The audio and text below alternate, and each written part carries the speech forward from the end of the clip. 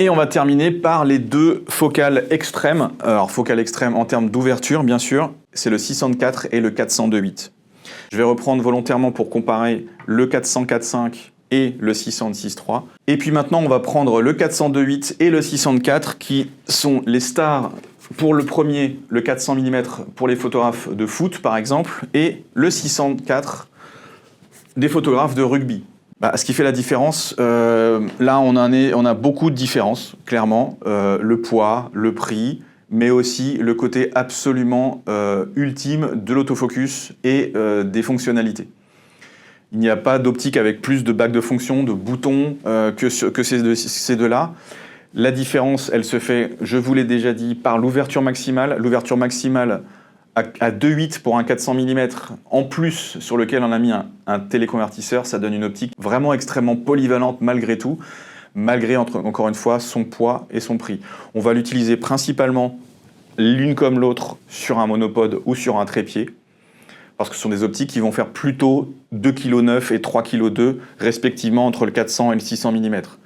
Donc on ne va pas forcément les porter à la journée, on peut bien sûr les transporter à l'épaule. Elles ont toutes les deux leurs anses de portage avec sangle, parce que évidemment ce poids-là par rapport au poids d'un boîtier et la contrainte que ça peut apporter sur le boîtier font qu'on va plutôt les porter avec leurs sangles.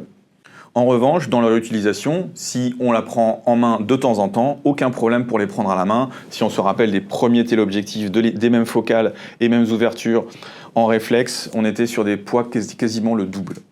Et ça, en fait, ce poids-là, il a été bien sûr allégé par le dessin, par le carter, mais aussi par le fait d'adjonction de lentilles en fluor, qui sont beaucoup plus légères, et vu leur diamètre, ça donne un résultat qui va être une lentille d'une portabilité extrême. Pourquoi ces deux optiques-là sont appréciées par leurs utilisateurs? Encore une fois, les utilisateurs principalement vont être des photographes de sport et d'animalier qui vont avoir une exigence absolue sur des conditions de lumière et sur des mouvements du sujet. Ces deux éléments-là, évidemment, quand on arrive dans les extrêmes, c'est-à-dire quand il fait vraiment plus de lumière, encore une fois, sur un stade, quand ce sont les éclairages artificiels qui prennent la main, quand ce sont des joueurs qui vont être à une longue distance et qui vont bouger très vite, on va être obligé de combiner aussi bien une ouverture maximale qu'un temps de déclenchement qui va être très très court. Et pour cela, en fait, on va être obligé d'utiliser ce genre d'objectif. Il y a un élément supplémentaire à l'usage de ces optiques, c'est que pour avoir une très très belle image, véritablement avoir une esthétique qui va faire la différence, on va aussi, sur ces optiques-là, le 402.8 et le 604, regarder les flous d'arrière-plan. On ne va pas simplement se focaliser sur l'obtention du résultat le plus net avec un sujet difficile, mais on va aussi vouloir le séparer de son arrière-plan. Et c'est là aussi où le 402.8 et le 604 vont faire la différence. Et maintenant, en termes de polyvalence, même si ce sont des focales fixes, chacun a un téléconvertisseur dédié. Et alors ça, l'expérience nous a montré depuis le 200-400, puis le 180-400, que le téléconvertisseur intégré était devenu un outil, un usage extrêmement fréquent. C'est pour ça qu'on a décidé de le mettre sur ces deux optiques-là uniquement, parce qu'elles ont déjà une ouverture maximale qui permet d'ajouter un téléconvertisseur sans trop affecter, on va dire, le chemin optique et la quantité de lumière qui passe. Déjà, si on démarre avec le 402.8, juste en basculant le téléconvertisseur, on va passer de 400 à 560 mm de focale.